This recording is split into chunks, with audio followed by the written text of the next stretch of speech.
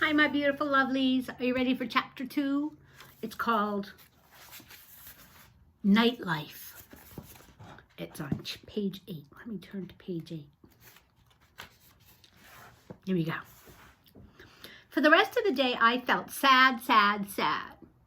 You look sad, Humphrey, Golden Miranda said when she was cleaning my cage right before lunch. According to the chart Miss Mac had left, it was her turn to take care of me, thank goodness. Miranda was the best cage cleaner and never said yuck. She put on throwaway gloves, then cleaned my potty corner, changed my bedding, gave me fresh water, and finally, oh joy, she gave me fresh grain, some lettuce, and mealworms. This will make you happy, she said, as she slipped me the special treat she brought from home, cauliflower. Normally, or naturally, I should say, Miranda had good taste. I promptly saved it in my cheek pouch until I could store it in my sleeping house.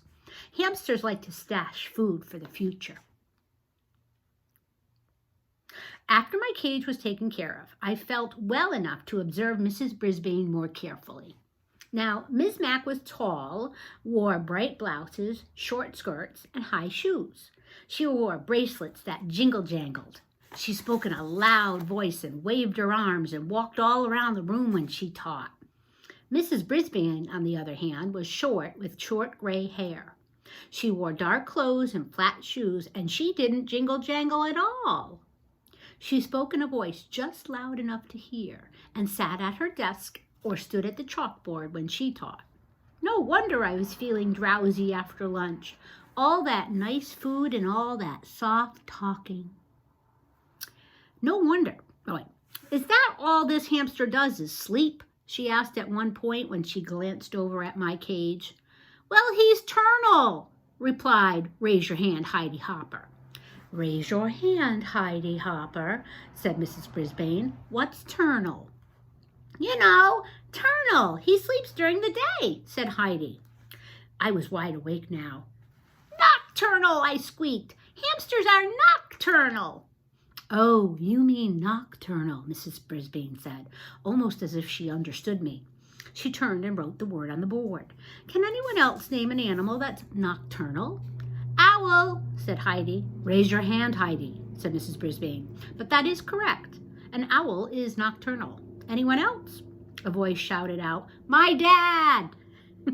Mrs. Brisbane looked around. Who said that? He did. AJ. Garth Tugwell pointed at AJ. Both boys sat at the table nearest my cage. What about your dad? Mrs. Brisbane asked. AJ squirmed in his seat. Oh, my mom always says my dad's nocturnal because he stays up so late watching TV. Stop giggling, Gail, and a few other students snickered. Mrs. Brisbane did not crack a smile. Her use of the word is correct, she said, though technically humans are not nocturnal. Any others? Eventually, the class came up with more names of nocturnal animals, like bats and coyotes and possums, and Mrs. Brisbane said that the class would be learning more about animal habits later in the year. If she'd just look at me, she could learn a lot, but I noticed for the rest of the day that Mrs. Brisbane stayed far away from my cage, as if I had a disease or something. She read a mighty fine story to us in the afternoon, though. In fact, I couldn't get back to my nap afterwards. It was about a scary house and these scratching noises and a ghost. Thump, thump, thump. The ghost came down the hall. Oh, I had shivers and quivers. I have to say, Mrs. Brisbane knows how to read a story. Her voice changed and her eyes got wide, and I forgot about her gray hair and her dark suit. To squeak the truth, my fur was on end. That story had a funny ending because it turned out the ghost wasn't a ghost at all. It was an owl.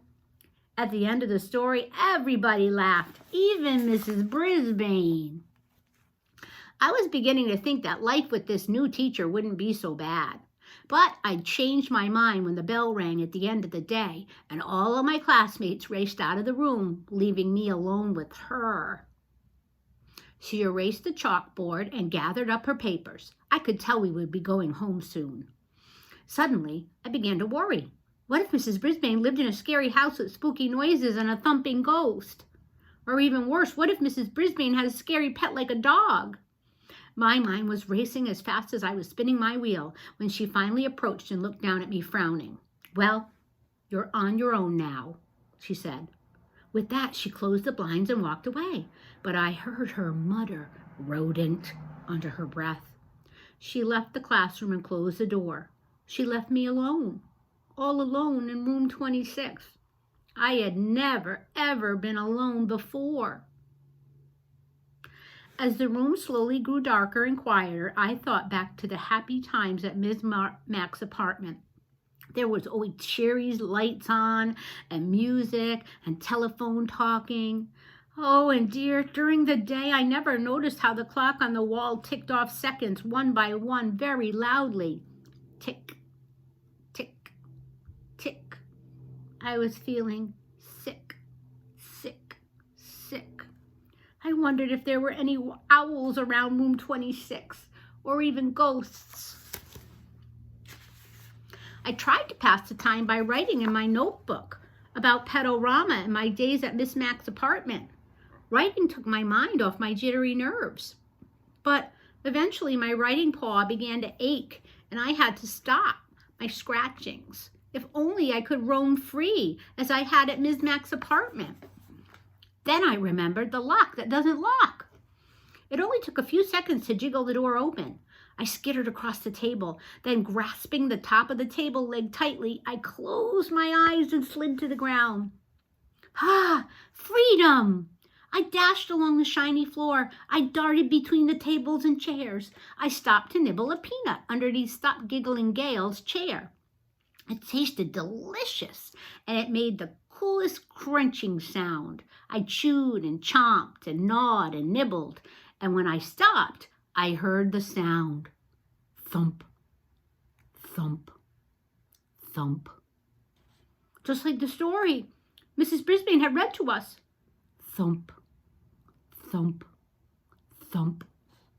Closer and closer down the hall, coming toward room 26. Then rattle, scratch, rattle, scratch. Thump, thump, thump.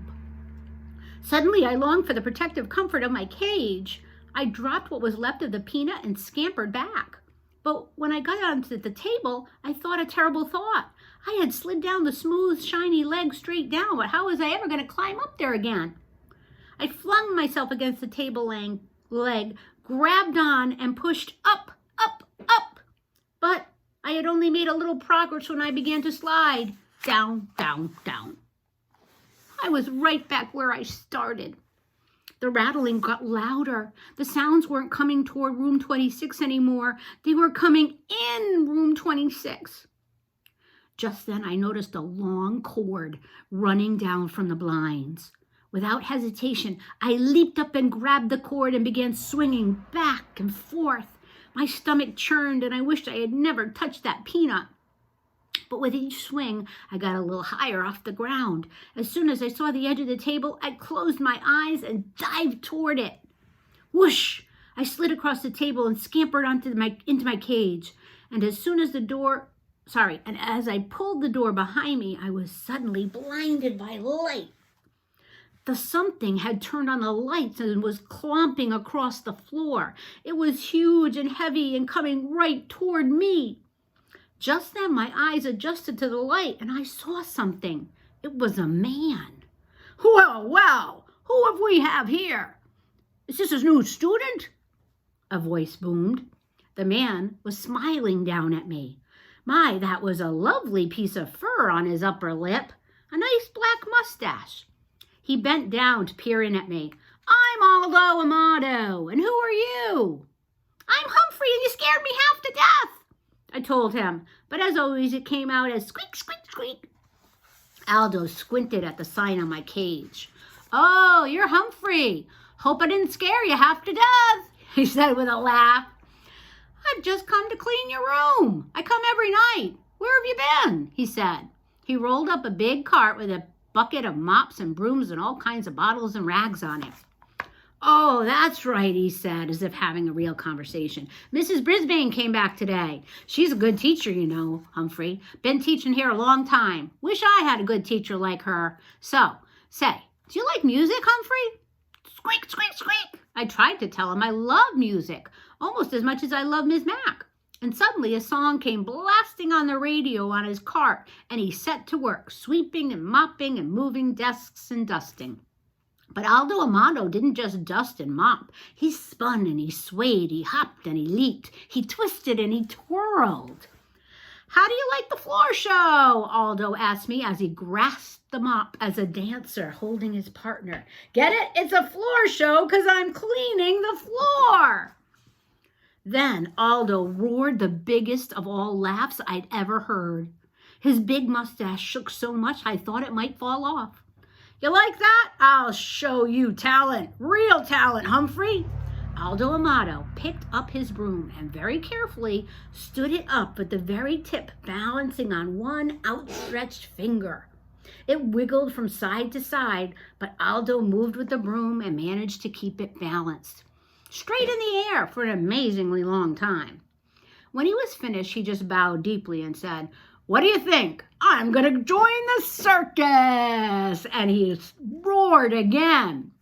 Then Aldo wiped his forehead with a big bandana and sat down at the table where AJ usually sits. "You know what, Humphrey? You're such a good company. I think I'll take my dinner break with you. Do you mind?" "Please, please, please," I squeaked. Aldo pulled his chair right up next to my cage. "Hey, you're a handsome guy, like me. Here." He tore off a piece of lettuce from his sandwich and pushed it through the bars. Of course, I hid it in my cheek pouch. Aldo chuckled. "Good for you, Humphrey. Always save something for a rainy day." The two of us shared a very pleasant meal as Aldo told me how he used to have a regular job where he worked during the day. But then his company closed down and he couldn't find a job for a long time. He couldn't pay his rent, and when he was lucky enough to get hired here at Longfellow's school, he was glad to get the job. But it's lonely working at night because his friends work during the day. They could never get together like they used to. I tried to squeak to him about all the creatures like me that are also nocturnal, and Aldo listened. "I know you're trying to tell me something, Humphrey, but I can't tell what it is. Maybe you're just saying that I'm not alone after all, huh?" Squeak! He understood. Aldo stood up and threw his trash into the plastic bag on his cart. "Well, I've got a lot of other rooms to clean, my friend, but I'll be back tomorrow night. Maybe I'll take my dinner break with you again." Aldo pushed his cart toward the door and reached for the light switch. "No, no, no," I squeaked, dreaded the thought of being plunged into the darkness again. Aldo stopped. "I hate to leave you in the dark, but if I don't turn off the lights, I could lose my job." He clumped back to the floor, across the floor, to the window. "Tell you what, I'll leave the blinds open a little bit. There's a nice light outside your window." After he turned off the lights and left, I chomped on the lettuce I had saved and basked in the warm glow of the streetlight and my new friendship with Aldo. That's the end of the chapter. Here's tip 2. Hamsters are not picky about their food and eat very little. Make sure to feed your pet a wide variety of tasty foods. Guide to the Care and Feeding of Hamsters by Dr. Harvey H. Hammer. I hope you liked chapter 2, my lovelies. Goodbye for now.